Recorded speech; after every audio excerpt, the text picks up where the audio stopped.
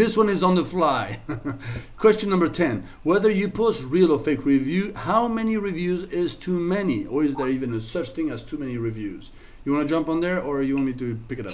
Sure, either one, whatever. You go, you go.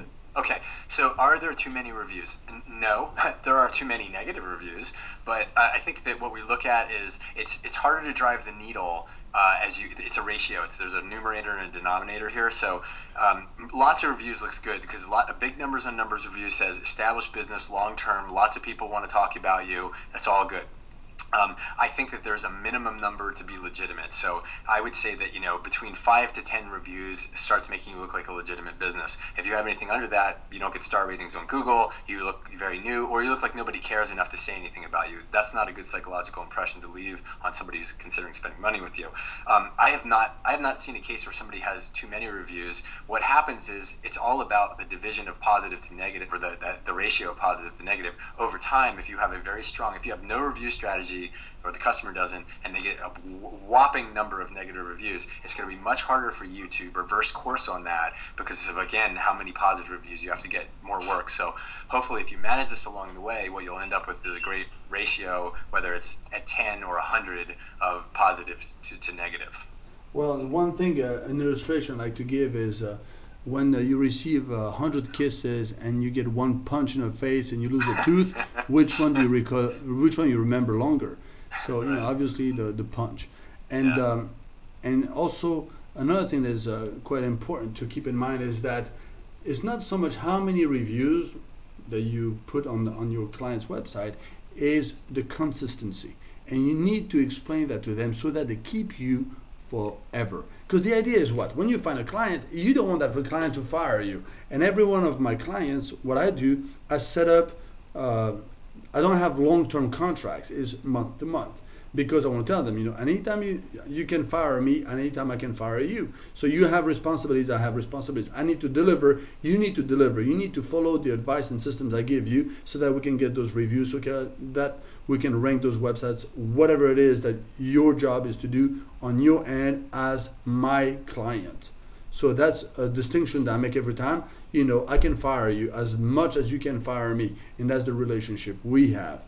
And from there, what I do is they need to understand that if we bust our tail and put like 30 reviews for local car dealership, whatever that may be, it's not bad to have 30 if your competitor get only one. It just looks like you care to work at getting those reviews. But you need to explain that to your client, is that if we get 30 reviews in 3 months and then you fire me, so then you get no reviews after that, you may get flagged and may lose all these reviews, because some of the websites, they look not so much at how many reviews, but the constant flow of reviews. Because if you get a jump up of 30 reviews and then nothing, they say, whoa, that's suspicious. And then that logs into the algorithm, and that may be not as stupid as Yelp's, but they pick on that definitely. So this is such an important point, Jerome. I haven't heard this before from Jerome.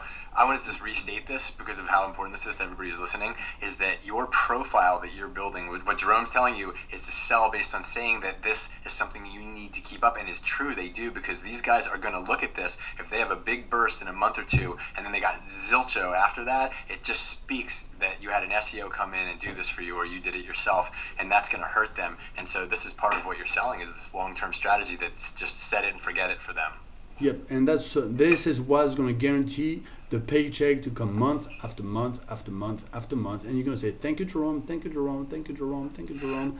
And that's the only way. Because if you don't do that, if you don't explain that system to them, if you don't scare them, I hate to say that, but if you don't scare them with the fact if there's not a consistency in the review being posted, negative or positive, it don't matter, but review being posted consistently, the previous reviews will get discounted, most likely. Not on all the websites, but some websites. And it's solely all these websites, as we, the marketers, get more involved into the review and reputation management, that is something they look directly into it. If there's suddenly a flow and then a stop, they will discount that. We got only a few seconds. Guys, get back to whatever you got to do. Be successful at it.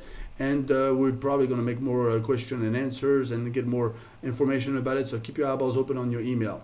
Thank you very much, Sean. Sean will have a WSO shortly, and I'm going to help him launch it. And it will be pretty awesome because the guy's pretty awesome. Thank you very much. Bye-bye, everybody.